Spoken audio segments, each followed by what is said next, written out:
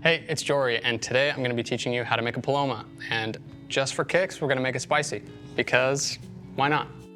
This one's built right in the glass, so it's super easy. Let's dive in. We're gonna start with half an ounce of jalapeno syrup. This is extremely easy to make. It's just 1-to-1 sugar and water, heated with some sliced jalapeno. You can put that right in the glass.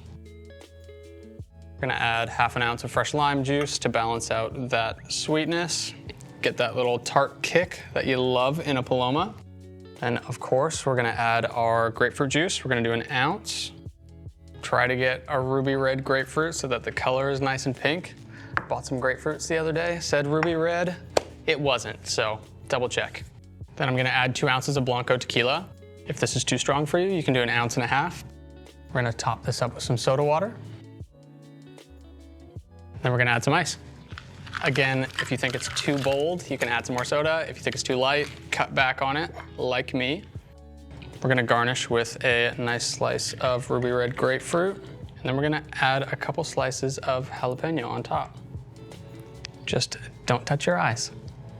There we have it, Spicy Paloma.